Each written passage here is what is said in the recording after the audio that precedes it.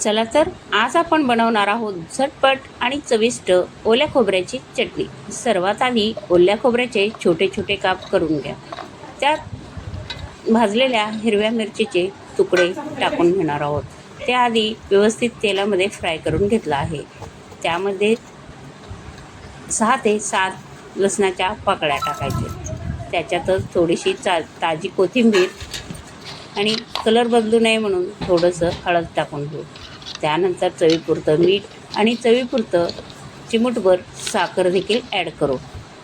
आता सगळं मिक्सरमध्ये वाटून घेऊ, म्हणजे एकजीव होईपर्यंत मिक्सर बंद चालू करून वाटून घ्यायचं आहे।